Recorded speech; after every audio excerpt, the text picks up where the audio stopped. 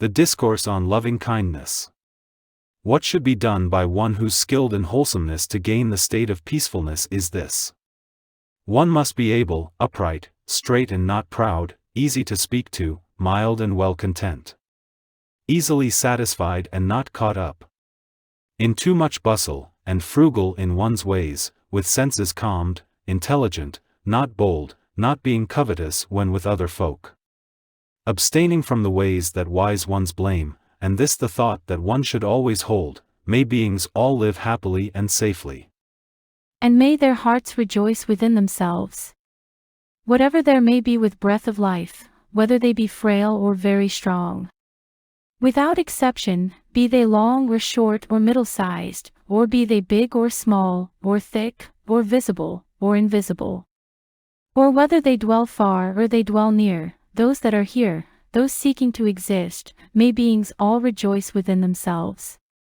Let no one bring about another's ruin and not despise in any way or place, let them not wish each other any ill from provocation or from enmity, just as a mother at the risk of life loves and protects her child, her only child, so one should cultivate this boundless love to all that live in the whole universe, extending from a consciousness sublime upward and downward and across the world untroubled, free from hate and enmity. And while one stands and while one walks and sits or one lies down still free from drowsiness, one should be intent on this mindfulness. This is divine abiding here, they say. But when one lives quite free from any view, is virtuous, with perfect insight one, and greed for sensual desires expelled, one surely comes no more to any womb. The Buddha's words. Sutta Nipata. If we stand too close to a mirror, we can't see anything. If we stand too far away, we can't see anything either. We need to have just the right distance so that we can discern what we see. The loving-kindness discourse is close to many of us. We know that it means we should love everybody. That's very true. Especially those people who are troublesome for us and those who don't comply with our wishes or our expectations. Let's take a closer look at the loving-kindness discourse if we're too far away from it, or take a step back from just knowing the words, to see what it really says and means. It begins with, "What should be done by one who's skilled in wholesomeness?" That is an interesting statement because it explains wholesomeness as a skill, and skills can be learned. We have all learned skills. Talking is a skill. Even walking is a skill. We had to learn them when we were very small, and now we do fairly well after all these years. Meditation is a skill and can be learned and is being learned. Driving a car, washing clothes are skills. We learn some of these almost automatically through daily contact in our homes. Wholesomeness is learned through education and environment, but it's never perfected unless we make a deliberate attempt at it. It doesn't just come to us naturally. We all have some of it, we wouldn't be here if we didn't. The Khema of wholesomeness has brought us here, but we also have the opposite Khema. The Buddha gives exact instructions in the loving-kindness discourse on how to perfect wholesomeness. It's a short discourse starting out with the most mundane, worldly instructions and goes all the way to full enlightenment. This is called a graduated discourse. The Buddha's discourses are often like that. Everyone listening, whether at the very beginning of practice or coming to the end of it, can benefit. Those who can absorb what they hear might be able to use the whole discourse and go from worldly conditions to the supramundane. The Buddha said his teaching was like the ocean. When we approach it from the shore, it is shallow at first. We can just wet our feet. As we go into it deeper and deeper, we are eventually engulfed and finally totally swallowed by it. Just so is the teaching. We start out just wetting our big toe to see what the temperature is. Maybe trying meditation for half a day, then 2 days, until we finally have the courage to come to a 10-day meditation course and sit through all of it. We learn the teaching little by little until eventually our whole life is dominated by it. The next line says to gain the state of peacefulness is this. It says clearly that peacefulness is not something given to us. We have to gain it. It's not ours just because we like it, or are wishing for it, or because it's desirable. We have to gain it through effort. No gain comes unless effort is made.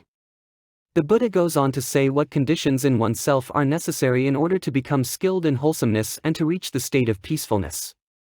These two are foundations for what is uppermost in this discourse, namely, how one should approach other people. First, one has to do something about oneself. It's no use thinking or saying, love, love, but doing nothing about one's own purification.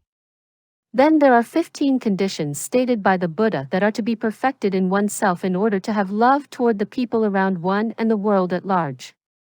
They start out with, one should be able, one should have abilities and not have to depend upon others, but rely on oneself.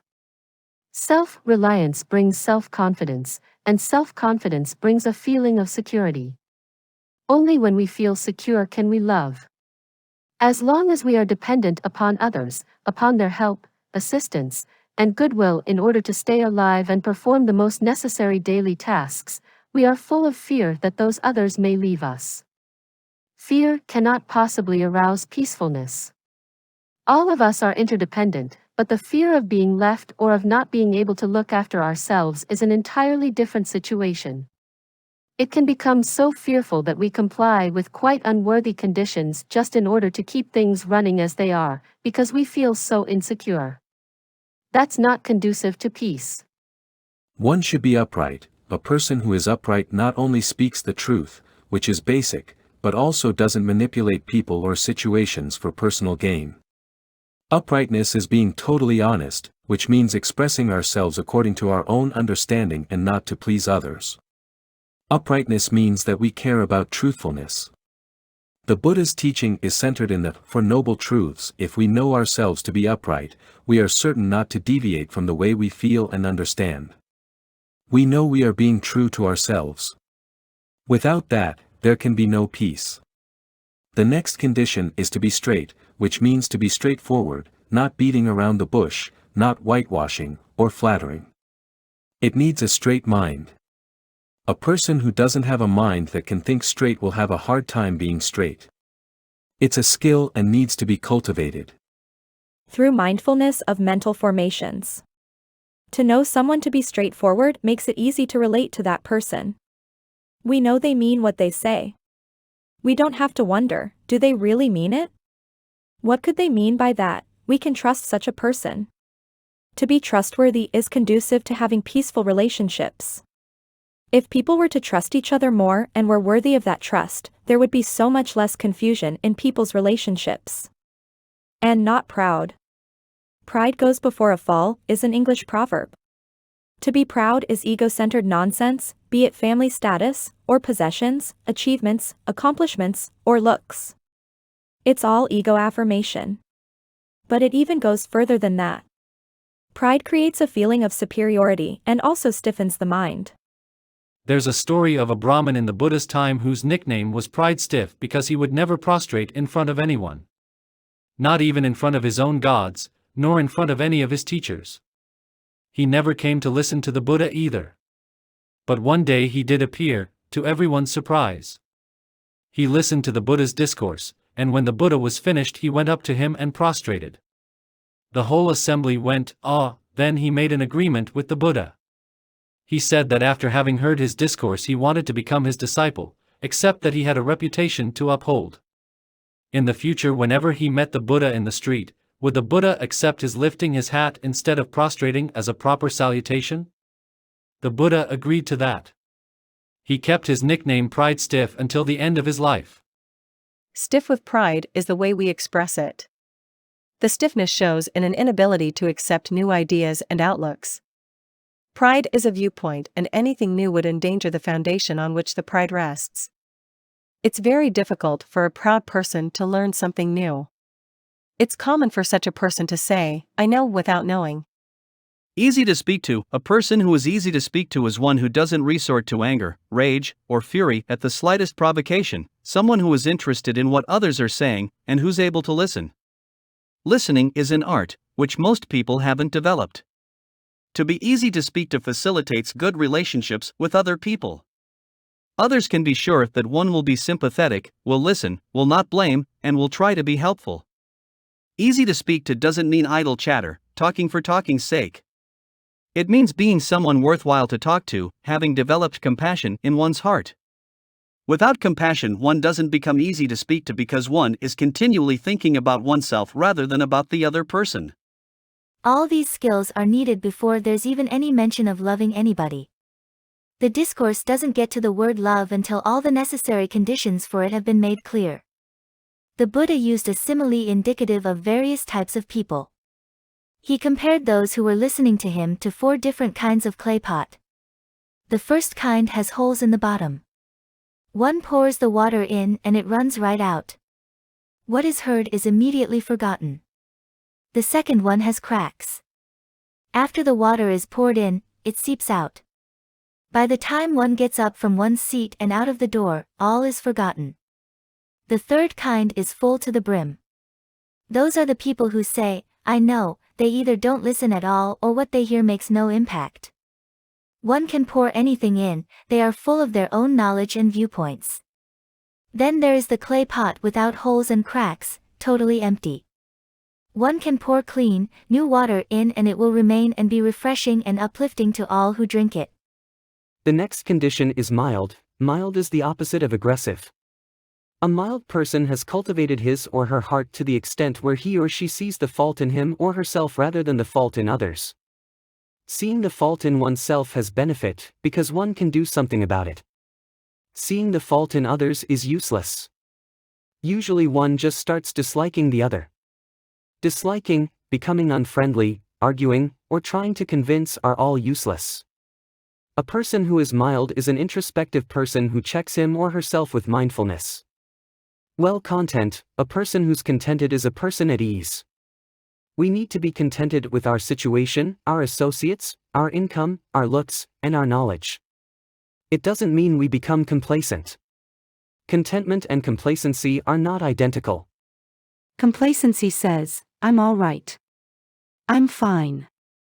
I've done all I can. Contentment says, the way things are provides the conditions for my growth. Contentment is essential for peace.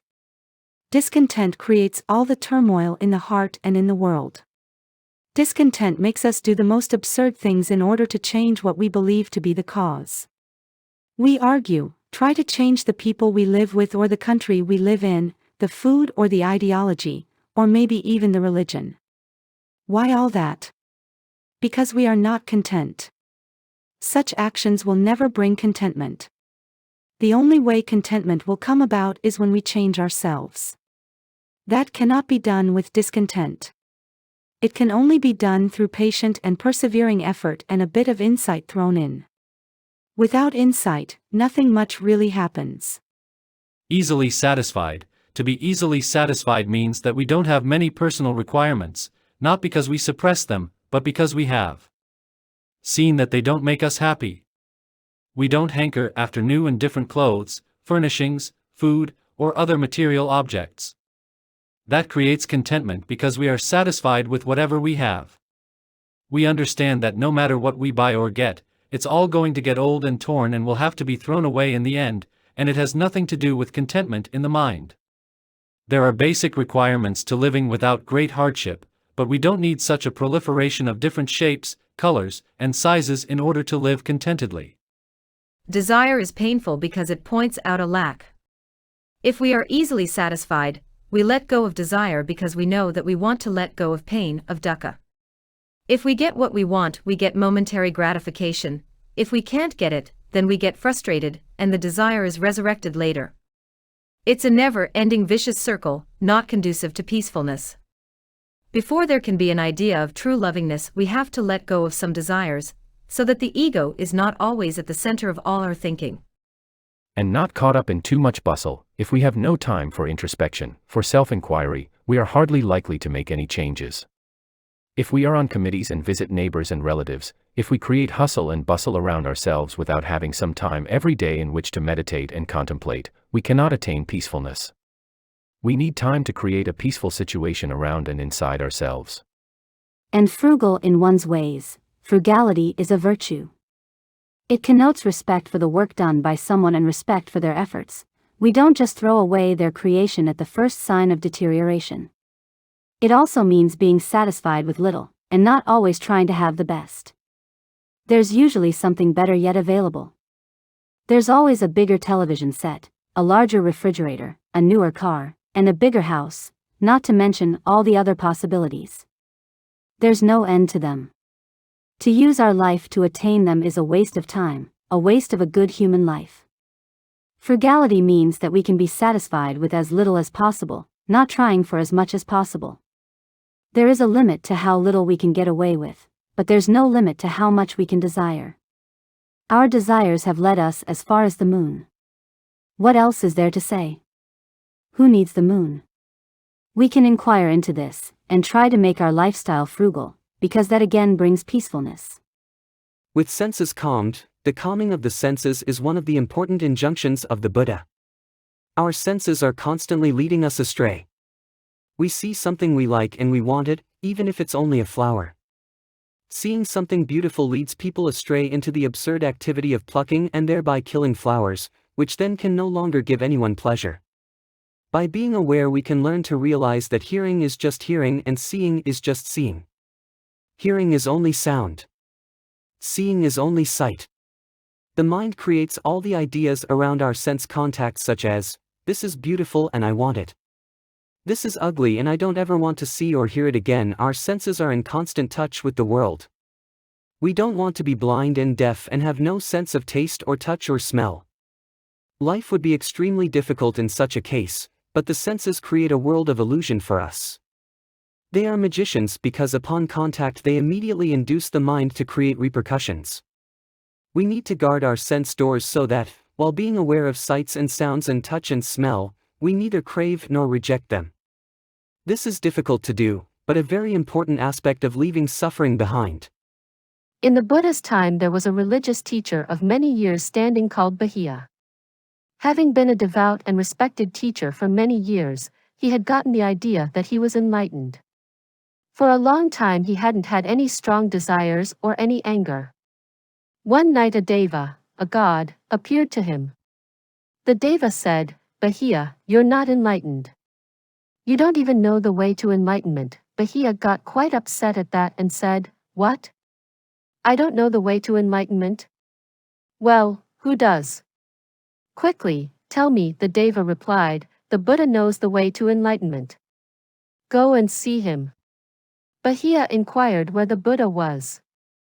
The deva explained, and in the middle of the night, Ayya got up and started walking to find the Buddha. He arrived in the morning, found the house where the Buddha was staying, but the people said, "We're sorry. You can't ask the Buddha anything right now. He's gone on alms round." Ayya said, "I'll go and find him." The people said, "No, no. Don't go. He doesn't answer."